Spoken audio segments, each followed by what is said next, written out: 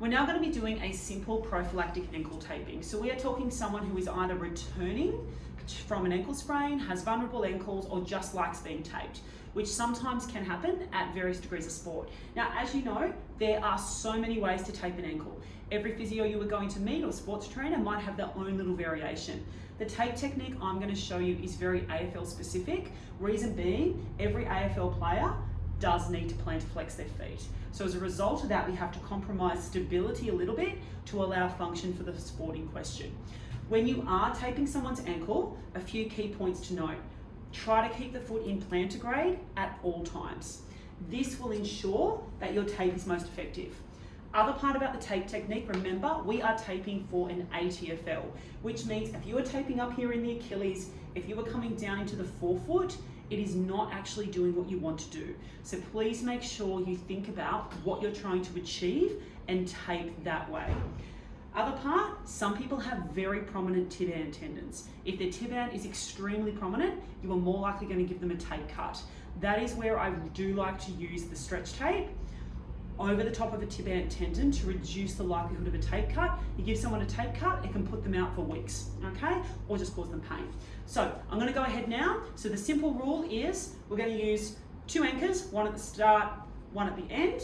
We are gonna use 6s. We're gonna do a bit of a modified 6. We're gonna use stirrups, we're gonna use heel locks, and then we're gonna wrap it all up at the end, okay? So again, many ways to be able to tape, remember that. I'll leave that part out as we come back in. Okay. Okay, so keeping the foot in plantar grade, here we go. I am just going to put a bit of coverage over tibia. Now, if you do not have access to some stretch tape, you can just fold a little bit of rigid tape over it. We're going to start with our first anchor of about 1/3 of the way up the shin. If you make sure this has a small angle, so it doesn't come circumferentially right around, it will make a huge difference. Starting immediately behind the malleolus, coming up and going 50% behind the other malleolus. Now what you'll notice is the tape is taut as we lay it on. You will also notice coming off the roll, I've already pre-pulled out some of the tape so that you don't pull on their skin. Some people like to pre-measure tape and that's absolutely fine, you can. I personally don't.